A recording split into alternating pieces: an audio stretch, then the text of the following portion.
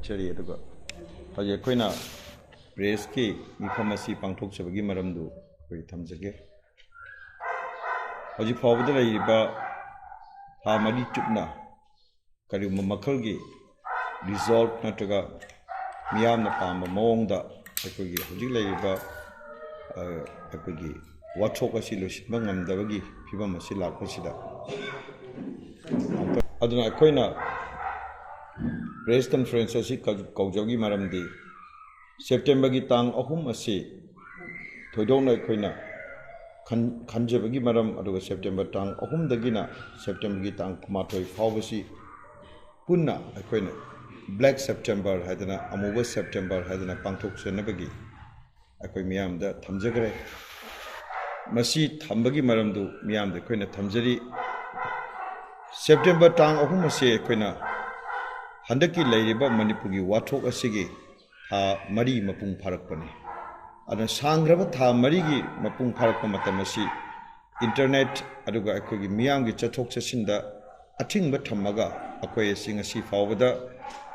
ꯂꯩꯔꯤꯕ ꯇꯝꯄꯥꯛꯀꯤ ꯁꯔꯨꯛꯇꯒꯤ ꯃꯄꯥꯟꯗ ꯊꯣꯛꯄ ꯉꯝꯗꯅ ꯗꯤꯃꯥꯄꯨꯔ ꯖꯤꯔꯤꯕꯥꯝ ꯎꯈ꯭ꯔꯨꯜ ꯃꯣꯔꯦ ꯑꯗꯨꯒ ꯂꯩꯕꯤꯔꯤꯕ ꯃꯐꯝ ꯑꯃꯠꯇꯗ ꯆꯨꯔꯆꯥꯟꯄꯨꯔ ꯑꯃꯠꯇꯗ ꯑꯩꯈꯣꯏꯅ ꯂꯝꯗꯝꯁꯤꯒꯤ ꯁꯤꯇꯤꯖꯟ ꯑꯃ ꯑꯣꯏꯅ ꯌꯧꯕ ꯉꯝꯗꯕꯗ ꯅꯠꯇꯅ ꯍꯧꯖꯤꯛꯇꯤ ꯃꯈꯜ ꯀꯌꯥꯒꯤ ꯀꯣꯂꯥꯕꯣꯔꯦꯇꯤቭ ꯑꯣꯏꯕ ꯃꯥꯟꯕ ꯑꯁꯥꯝ ꯔꯥꯏꯐꯜꯁ ꯅꯠꯇ꯭ꯔꯒ ꯁꯦꯟꯇ꯭ꯔꯦꯜ ꯅꯠꯇ꯭ꯔꯒ ꯄꯦꯔꯥꯃꯤꯂꯤꯇꯔꯤ ꯐꯣꯔꯁꯦꯁꯁꯤꯡꯒꯤ ꯌꯥꯝꯅ ꯑꯩꯈꯣꯏꯅ ꯃꯤꯌꯥꯝꯅ ꯌꯥꯅꯤꯡꯗꯕ ꯑꯗꯨꯒꯨꯝꯕ ꯊꯧꯑꯣꯡ ꯀꯌꯥ ꯆꯠꯊꯔꯛꯄ ꯂꯣꯏꯅꯅ ꯍꯟꯗꯛꯇꯁꯨ ꯑꯁꯥꯝ ꯔꯥꯏꯐꯜꯁꯅ ꯃꯤꯌꯥꯝꯅ ꯑꯁꯥꯝ ꯔꯥꯏꯐꯜꯁꯤꯡ ꯑꯁꯤ ꯀꯨꯀꯤ ꯂꯥꯜꯍꯧꯕꯁꯤꯡꯒ ꯈꯨꯠꯁꯝꯅꯕ ꯃꯥꯜꯂꯤ ꯍꯥꯏꯗꯅ ꯔꯤꯄꯣꯔꯠ ꯇꯧꯏ ꯍꯥꯏꯗꯅ ꯇꯝꯃꯨꯕ ꯑꯩꯒꯤ ꯏꯅꯥꯎ ꯃꯍꯦꯁꯣꯔ ꯊꯧꯅꯥꯎꯖꯝ ꯑꯗꯨꯒ ꯍꯧꯖꯤꯛ ꯃꯥꯁ ꯄ꯭ꯔꯣꯇꯦꯁ ꯑꯒꯦꯟꯁ ꯑꯁꯥꯝ ꯔꯥꯏꯐꯜꯁ ꯍꯥꯏꯅ ꯆꯪꯁꯤꯜꯂꯤꯕ ꯈꯣꯡꯖꯪ ꯑꯁꯤꯒꯤ ꯃꯣꯏꯅ ꯍꯧꯖꯤꯛ ꯆꯪꯁꯤꯜꯂꯤꯕ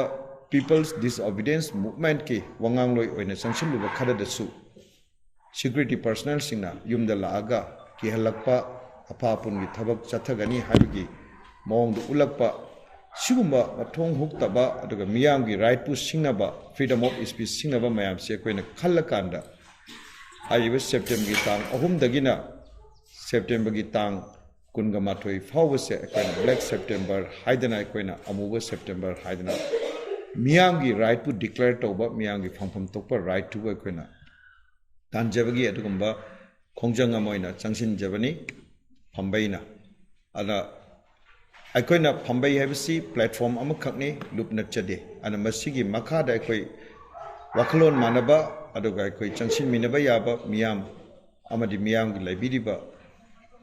ꯂꯨꯞ ꯀꯌꯥꯅ ꯄꯨꯟꯁꯤꯜꯂꯀꯥꯟꯗ ꯑꯩꯈꯣꯏ ꯄꯨꯟꯅ ꯆꯪꯁꯤꯟꯃꯤꯟꯅꯅꯕ ꯈꯣꯡꯖꯪ ꯑꯣꯏꯅ ꯂꯥꯛꯆꯕ ꯋꯥꯈꯜꯂꯣꯟ ꯑꯗꯨꯅꯤ ꯑꯗꯨꯅ ꯍꯧꯖꯤꯛ ꯃꯤꯌꯥꯝꯗ ꯊꯝꯖꯅꯤꯡꯉꯤꯕꯗꯤ ꯁꯤꯒꯨꯝꯕ ꯈꯣꯡꯖꯪ ꯑꯁꯤꯒꯤ ꯃꯅꯨꯡꯗ ꯃꯌꯥꯝ ꯈꯪꯕꯤꯔꯦ ꯍꯧꯖꯤꯛ ꯃꯅꯤꯄꯨꯔꯁꯦ ꯀꯣꯟꯁꯇꯤꯇ꯭ꯌꯨꯁꯅꯦꯜ ꯈ꯭ꯔꯥꯏꯁꯤꯁ ꯊꯣꯛꯑꯕꯅꯤ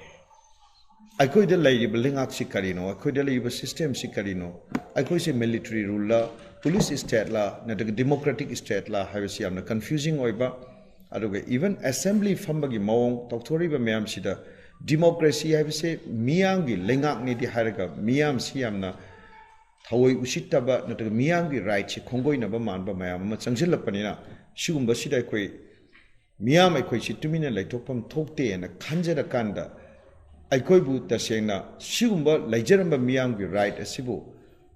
ꯃꯠꯄ ꯍꯧꯈꯤꯕ ꯅꯨꯃꯤꯠ ꯁꯦꯞꯇꯦꯝꯕꯔꯒꯤ ꯇꯥꯡ 19 1994ꯗ ꯃꯅꯤꯄꯨꯔꯒꯤ ꯃꯍꯥꯔꯥꯖ ꯕꯨꯙꯆꯟꯗ꯭ꯔꯕꯨ ꯁꯤꯂꯣꯡꯗ ꯀꯧꯔꯒ ꯅꯝꯗꯨꯅ ꯑꯟꯗꯔ ꯗ꯭ꯌꯨꯔꯦꯁꯇ ꯃꯖ ꯑꯦꯒ꯭ꯔꯤꯃꯦꯟꯠ ꯁꯥꯏꯟ ꯇꯧꯈꯤꯕ ꯅꯨꯃꯤꯠ ꯃꯅꯤꯄꯨꯔ ꯔꯤꯄꯦꯟꯇꯦꯟꯁ ꯗꯦ ꯑꯅꯤ ꯑꯁꯤ ꯄꯨꯟꯁꯤꯟꯖꯔꯒ ꯇꯥꯡ 3 ꯃꯅꯤꯄꯨꯔꯒꯤ ꯍꯟꯗꯛ ꯂꯥꯛꯏꯕ ꯖꯦꯅꯣꯁꯥꯏꯗꯦꯜ ꯑꯣꯏꯕ ꯀꯨꯀꯤꯒꯤ ꯃꯤꯂꯤꯇꯦꯟꯠꯁꯤꯡꯅ ꯃꯩꯇꯩꯁꯤꯡꯒꯤ ꯃꯊꯛꯇ ꯆꯠꯊꯔꯛꯄ ꯀ꯭ꯔꯥꯏꯝ ꯃꯌꯥꯝ ꯃꯁꯤꯒꯤ ꯃꯄꯨꯡ ꯐꯥꯕ ꯊꯥ 3 ꯐꯥꯈꯤꯕ ꯅꯨꯃꯤꯠ ꯃꯈꯣꯏꯅ ꯇꯣꯔꯕꯨꯡꯗ ꯏꯍꯥꯟ ꯍꯥꯟꯅ ꯃꯩ ꯊꯥꯈꯤꯕ ꯅꯨꯃꯤꯠꯇꯨꯒꯤ ꯊꯥ 3 ꯁꯨꯕ ꯅꯨꯃꯤꯠ ꯑꯗꯨꯒ ꯁꯣꯝꯗꯅ ꯁꯦꯞꯇꯦꯝꯕꯔꯒꯤ ꯇꯥꯡ 19 ꯃꯖ ꯑꯦꯒ꯭ꯔꯤꯃꯦꯟꯠꯄꯨ ꯅꯝꯐꯨꯗ ꯃꯅꯤꯄꯨꯔꯒꯤ ꯅꯤꯡꯊꯧꯗ ꯑꯩꯈꯣꯏꯒꯤ ꯂꯩꯖꯔꯤꯕ ꯃꯅꯤꯄꯨꯔ ꯁ꯭ꯇꯦꯠ ꯑꯦꯁꯦꯝꯕ꯭ꯂꯤ ꯍꯥꯏꯗꯅ ꯂꯩꯗꯅ ꯑꯩꯈꯣꯏꯒꯤ ꯑꯣꯏꯖꯕ ꯃꯄꯨꯡ ꯐꯥꯕ ꯑꯦꯁꯦꯝꯕ꯭ꯂꯤ ꯑꯃ 1948ꯇ ꯂꯤꯡꯗꯅ ꯃꯅꯤꯄꯨꯔ ꯀꯣꯟꯁꯇꯤꯇ꯭ꯌꯨꯁꯟ ꯑꯦꯛ 1947 ꯂꯤꯡꯈꯠꯇꯅ ꯂꯩꯈ꯭ꯔꯕ ꯑꯗꯨꯒꯨꯝꯕ ꯑꯩꯈꯣꯏꯒꯤ ꯔꯥꯏꯠ ꯑꯗꯨ ꯃꯠꯄꯤꯔꯀꯥꯟꯗ ꯁꯨꯃꯥꯏꯅ ꯃꯠꯈꯤꯕ ꯃꯅꯤꯄꯨꯔꯒꯤ ꯅꯤꯡꯊꯧꯕꯨ ꯂꯥꯡꯒꯣꯏ ꯆꯟꯗꯅ ꯁꯤꯂꯣꯡꯗ ꯊꯝꯈꯤꯕ ꯁꯤꯒꯨꯝꯕ ꯑꯗꯨꯒ ꯃꯗꯨꯒꯤ ꯅꯝꯐꯨꯗ मजा एग्रीमेंट साइन तौहनखिबदुगा हौजिक हौजिक था मरी सुर फावदा लांगोई चलगा सीज तौरगा अखोइबु थंबा अनि असिगी मानब सकलोन असि अखोइना खंजरकांदा हाइदिबा सेप्टेम्बर की थाजत असि अखोइना अमुबा सेप्टेम्बर ना पांथोकचबनी सिगी मनुंगदा अखोइना इयान हनबा सेप्टेम्बर की तांग अहुम हयेंग असे अखोइना सेप्टेम्बर की तांग अहुम असी मियामदा अखोइना थमजनिंगिबदी मखल कया की थौरम कया अखोइ पांथोकचगे अदुना सेप्टेम्बर की तांग अहुम असिदा अखोइना पांथोकचगदौरिबा हयेंग असी पांथोकचगदौरिबा सिंगी मनुंगदा था अखोगी black September पुंबा अखोगी नुमितसिंग असिगी मनुंगदा अखोइना अमुबा फिरान मफम खुदिमक्ता अखोगी establishment educational institution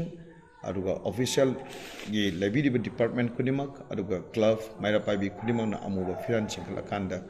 अखोगी right तानबा लोइना यानिंगदबा फोंदोकपा अरुगा थोइबा constitutional crisis असे अथुबा मतमदा लोइसिनगदबनी हाइबा वाफम थंबीबनी थंबीबा खोंजंगनी अदर मयामदा अखोइना सिगुंबा सिसनसलकपा मतमदा हयेंग असि अखोइना अमुबा फिरान थेटपसे हयेंदगी हौजगनी अरुगा नुंदांग वाइरमदना नुमिदांग वाइरमदना लैगिद्रबा मार्टियर सिंगी अथौबा सिंगी फोटोदा अखोइना हाइकत लाइकत तंबा अदुगा दुप थौमै कक्तना हौजी हौजी लांथेंनरिबा अखोगी मियाम अमदि अखोगी अथौबा सिंगु अखोइना इकाय खुंदबु उच्चबा नुमित अदु हयेंग अखोइना यामना सेंबा नुमित अमनि था मरी मपुंग फारकपनि खंजरकान मदु पांथोकचगनी अदुगा मखा ताना हाइदि ब्लैक सेप्टेम्बर असिगी मनुंगदा कंसल्टेटिव फोरम कया अदुगा पॉलिटिकल पार्टी सिंगी अपुनबा मिफम अदुगा लैरिबा लुफ अमदि चोइजाइनरबा मैतेगी लेकाय लेकायगी लैबिरिबा मानदबा अखोगी फ्रूप सिगी थेंगनरिबा अवाबसी अखोई कॉमन प्लेटफॉर्म अमदा अमगी मखादा अखोई चमिनबा यारिमखै याननबा होनबगी खोंजंग कया अखोई पांथोकचगनी अना हारिबा खोंजंग असिदा मियामना सरुक याबिरगा मियामना मपुंग फानबिरगा अखोगी वरेप लौबा सिगुंबा ब्लैक सेप्टेम्बर असिगुंबा थासे मयामना मपुंग फानबियु अमदि खोंजंग असिदा अखोई पुन्ना इमा लेबाकिदमक्ता लांथेंगनबा खोंजंग अमनी एना खनबिरकान सरुक याबियु हादना मयामदा मरुकसरी